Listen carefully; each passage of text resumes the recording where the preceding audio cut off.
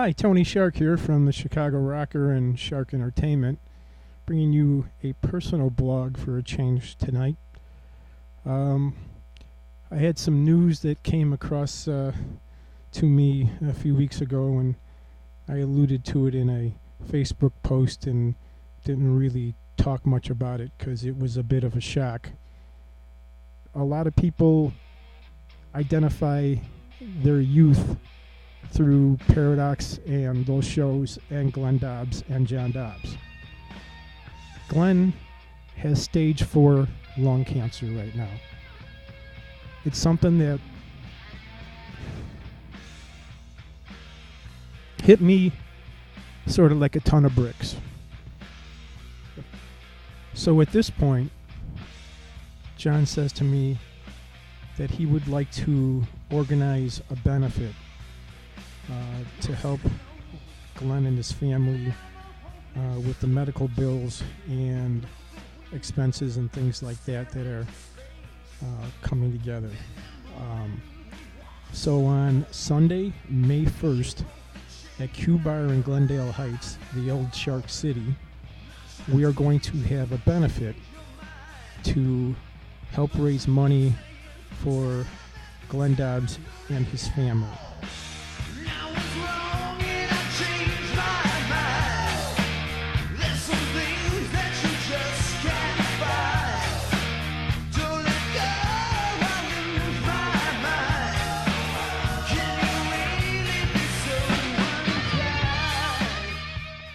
As John was talking to me one night at a show, he started alluding to the fact that Glen wasn't doing real well and things weren't going well.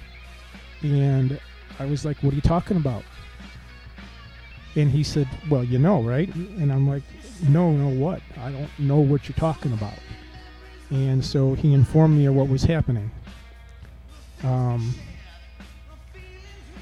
I sat there and was in disbelief, got very quiet, and really didn't hear very much of the rest of the conversation. John and Glen and I have always fought like brothers. There's times when the three of us were very in sync with each other. There's times when the two of them were fighting.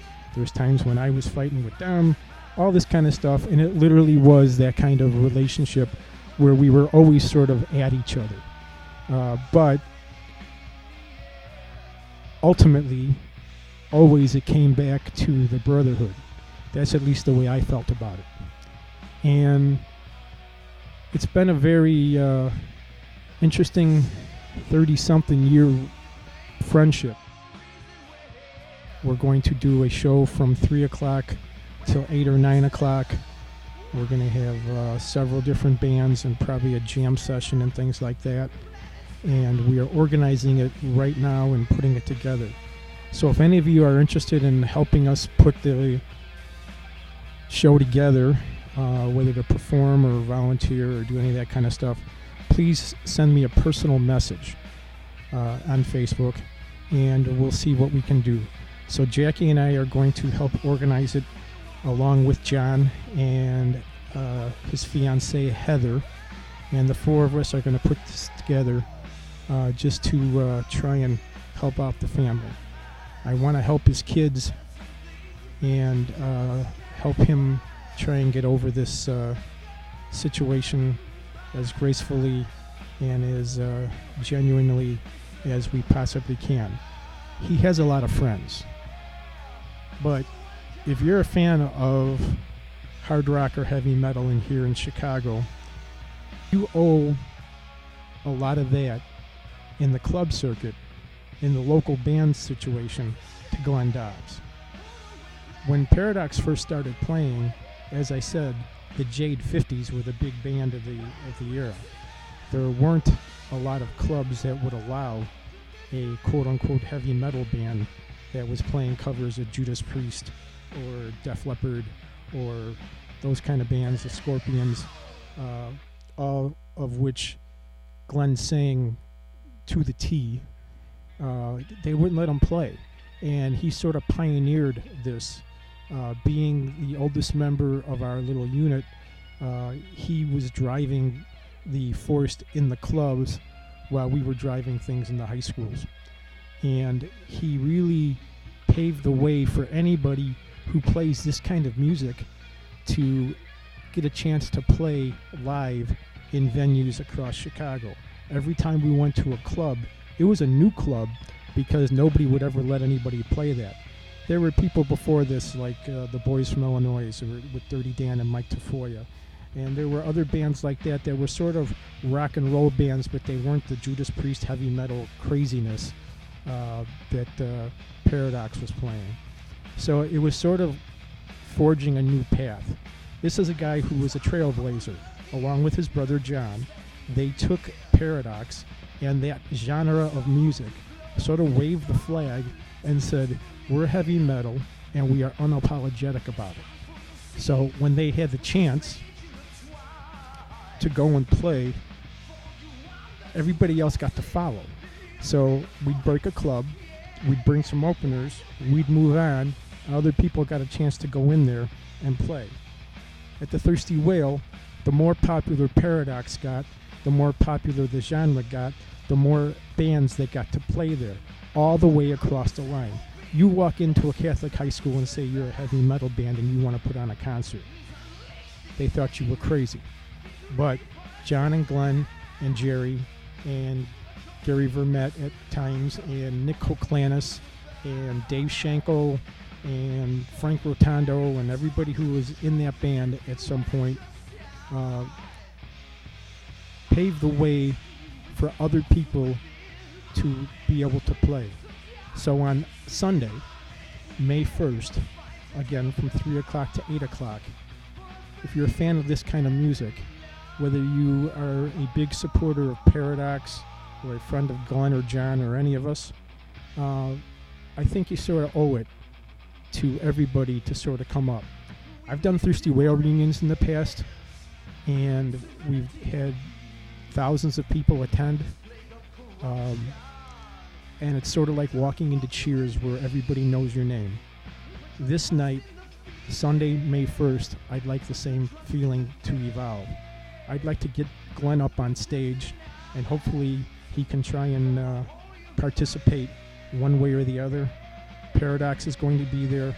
There will be other bands that we will be inviting, and I just think that it would be really great if we could have a big turnout and make this a special night for everyone. When you were a kid, was there that guy that was sort of like the cool guy in the room, that he just sort of walk in and take over the place? You know, you're a teenager and you're there with a bunch of other people, but he would just walk in and all of a sudden, you know, he was the life of the party. He was the focus. He was the spotlight. Well, to me, that guy was Glen Dobbs. I had met Glen in 1979, and when he came on board to sing for Paradox, there was a short stint where there was another singer in Paradox for a short time. Jerry and I went to high school together, and this was Jerry's band, and he brought in this new singer and this new guitar player, and they were absolutely bigger than life, much more so than we had ever sort of experienced in that situation. And when I met Glen, it was just the kind of thing where you sort of looked at him and knew he had that. He was just the kind of guy that when he was on stage, absolutely commanded the stage. We were young. He was a little bit older than we were, just by a couple years, but the band started and we played every major club in the area at that point, even though at some point we were underage. And we played high schools across Chicago. That's back when they let high schools have concerts. And we sort of had our own little rock and roll circuit of high schools where we would go around and play. One of them was Gordon Tech High School in Chicago. John and Glen did not live very far from there, and we played there several times, one time of which we had a documented 2,000 person show inside their gymnasium. That night, A&R people were there from Atlantic Records, and Glen was larger than life. And we were trying to get the band signed to a record label, and we were all going to go to Los Angeles and become big rock stars. Certain things happened where that didn't happen, but the band sort of became legendary in Chicago circuits. We played, obviously, the Thirsty Whale as a home base, and was a sellout just about every time they played there, and all across the tri-state area pretty much. And this was back when heavy metal was just starting to get its foot in the door. Paradox played a Monday night at the Thirsty Whale for their first show, and on a Monday night they brought in 300 people. At that point, the big band at the Thirsty Whale was called Jade 50s, and they were basically that. They were a 50s cover band, and that night is the night that the Thirsty Whale changed gears forever. The owners there decided that this might be a new way to go. I was very identified within that circuit of bands, and took Paradox as far as we could possibly take it on a local level. Glen was the guy that when you looked up on stage and he was in his spandex and his long flowing hair and his screaming vibrato and just the swagger that he had up on stage, it was like he was a magnet to bring people in. So one last time, Sunday, May 1st, Q-Bar North in Glendale Heights, and I hope to see you all there. Thanks.